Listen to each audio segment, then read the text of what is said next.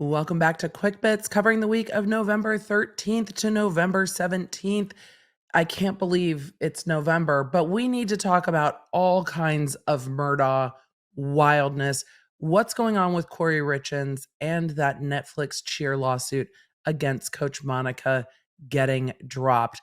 That's what we're in for today, so let's get going. I'm legal analyst Emily D. Baker. This is the Quick Bits, where I break down just the main points of the pop culture and entertainment cases I'm currently covering on YouTube and the Emily Show podcast. Let's get into it.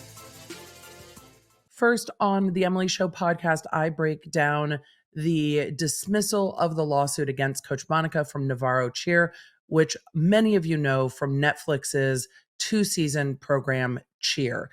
This lawsuit was filed back in April. Coach Monica was dismissed out of the lawsuit in May, the same month that hearings were going on with regard to USA Cheer's sanctions and suspensions against Coach Monica.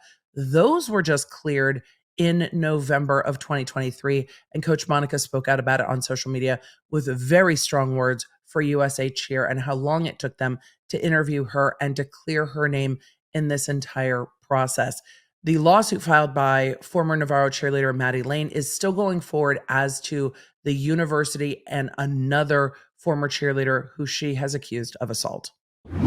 On Tuesday, I broke down a longer than expected, due to internet issues, hearing with regard to Kouri Richins. Kouri Richins is facing trial in Utah. She is accused of murdering her husband with fentanyl. She's the one that wrote the children's book. She says she's writing another book, and part of the motions in court were over a 61-page letter, novel, manuscript that Kouri Richins said in jail phone calls that law enforcement took the now famous walk the dog letter out of. So one of the motions pending in court was asking the defense to turn over that 61-page document because they believe it contains more, information like the walk the dog letter. Kouri Richins said in jail calls that it's a part true, part fictional account and story about her time in prison. Defense has argued that there might be attorney-client privileged information in there, but based on Richins' own statements that this is somehow a novel, I don't think that's going to fly. That will be turned over to a third-party attorney to check it and make sure that there isn't attorney-client privileged information in there before that moves forward. And the court asked the attorneys to work together to write an order for how that process is going to move forward so that they can make sure it is free of attorney-client information. That attorney, the independent attorney, sometimes called the taint attorney. But that is all covered in the live stream on Tuesday. The defense also made a motion to dismiss the entire case due to prosecutorial misconduct, and they want the entire Summit County DA's office thrown off of this case. The court was disinclined to acquiesce to that request, but not after lengthy argument from the defense that, Your Honor, they put this walk the dog letter on the record and it's tainting a potential jury pool. And the court said, we won't know how to manage the jury pool until we get into voir dire. And that's when we ask the jury pool about what they know about this case. Funny enough, that's going to come up when we talk about Murdaugh. So the court denies their motion to dismiss, but also denies the prosecution's motion for a no contact order with regard to Kouri Richins having contact with her mother and brother. The state accused her of trying to tamper with witnesses through that walk the dog letter.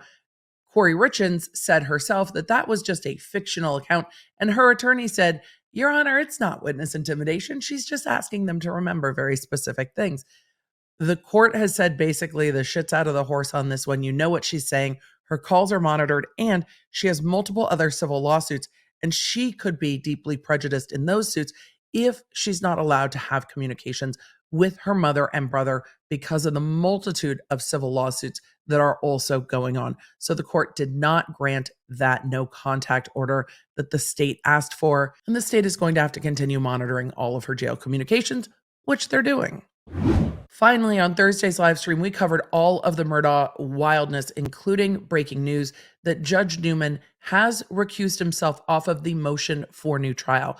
Remember, the defense asked the appeals court to stay or to pause the appeal pending this new trial motion.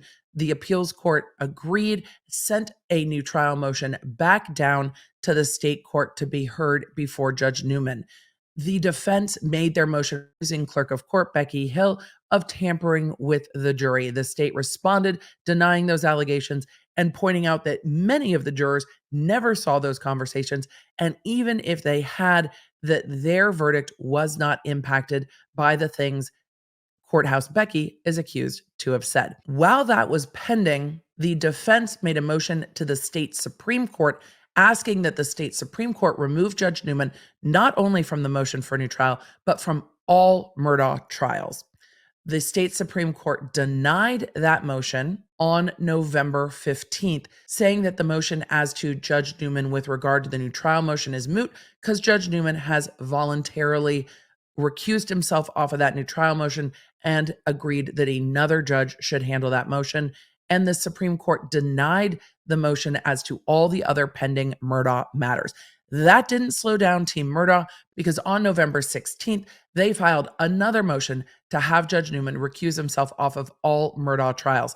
This is coming on the heels of their motion for a change of venue for Murdaugh's pending trial that is over the Gloria Satterfield financial crimes that is set to take place at the end of November. Team Murdaugh is doing everything they can to get this trial put over, including Poot saying at the end of his motion, I don't know why we need to go to trial at the end of 2023 for.